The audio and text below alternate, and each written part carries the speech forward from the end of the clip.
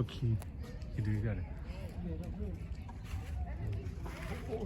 โอ้ขอช่วยพี่โอ้ขอ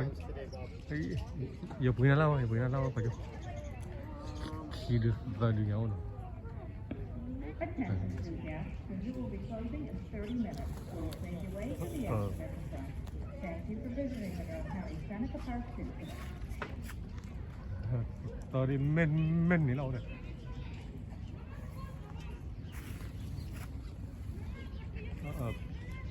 แต่ถ้าเราได้